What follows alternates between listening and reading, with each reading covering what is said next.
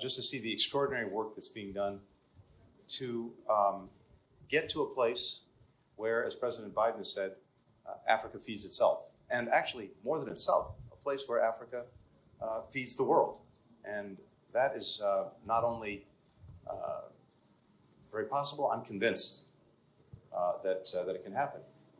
And it starts with a lot of the extraordinary work that the African Development Bank is doing in making the necessary investments in sustainable production and doing it in a smart, effective way. And then the work that AfroRice has been doing for so much time to maximize the crops and to do things that are, as we know from recent years, vitally important, producing resilient crops that can stand up to climate change and other weather-related events, that focuses well on nutrition, as we've just heard going through the different stands here. And then a virtuous cycle where not only are you doing the necessary in terms of production, but you also have the infrastructure necessary not only to produce, but also to distribute. And these are some of the things that we're working on, including with the investments we're making in the Libido corridor. And we talked about all of that today. I just want to add, from our perspective, that there is so much extraordinary innovation that is not only possible, but is happening, that can make a huge difference. And what has really struck with me is that a couple of years ago, as we faced an almost perfect storm of crises that were having a huge effect on food security around the world, the combination of climate change, of COVID, and then conflict, including Russia's aggression against Ukraine, we were seeing the devastating impact that was having. And of course, when you've got that kind of crisis, you want to jump in and do everything you possibly can on an emergency basis to help people. And that's exactly what the United States did, providing billions of dollars in additional assistance to countries in need.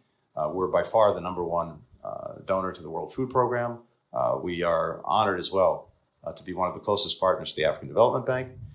But in meeting with partners from around Africa, and particularly my own colleagues among foreign ministers, what really struck me in listening to them was that, as appreciative as they were for the emergency assistance that we were providing, what they really wanted and wanted us to focus on were making investments in sustainable African capacity, again, so that Africa can feed itself. And that has been President Biden's focus throughout the last 3 years. Of course, we've had the remarkable work that USAID does through Feed the Future, a long-standing program that has made a huge difference.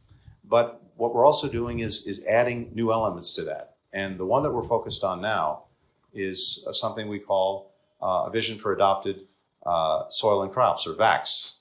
And what's powerful here is this. You've just seen today the extraordinary work that's being done to adapt rice in the strongest possible way. But we also believe that along with rice, there are other traditional crops in Africa that are remarkably nutritious. In other words, they don't just bring a caloric benefit, they bring real nutrition with them, as you're doing with the rice, that can be adapted to be climate resilient so that they can stand up to the extreme events and weather patterns that are afflicting crops around the world. And that will appeal to people here in Africa. If you marry that to the other half of VAX, and that is the soil, and the technology that we now have to be able anywhere in the world to map the quality of a field, anywhere. Is the soil good, bad? What does it need to be the most productive? You put those two things together, the ground itself and what goes into it.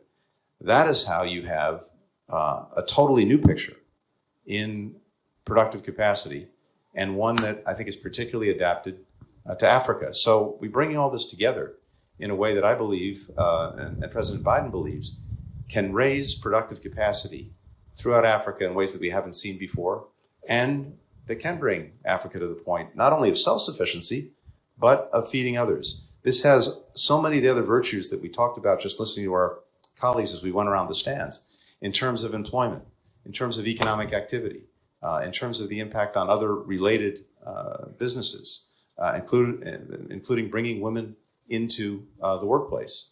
And by the way, this is so critical, and it was really interesting to hear the role that women are playing in this particular effort.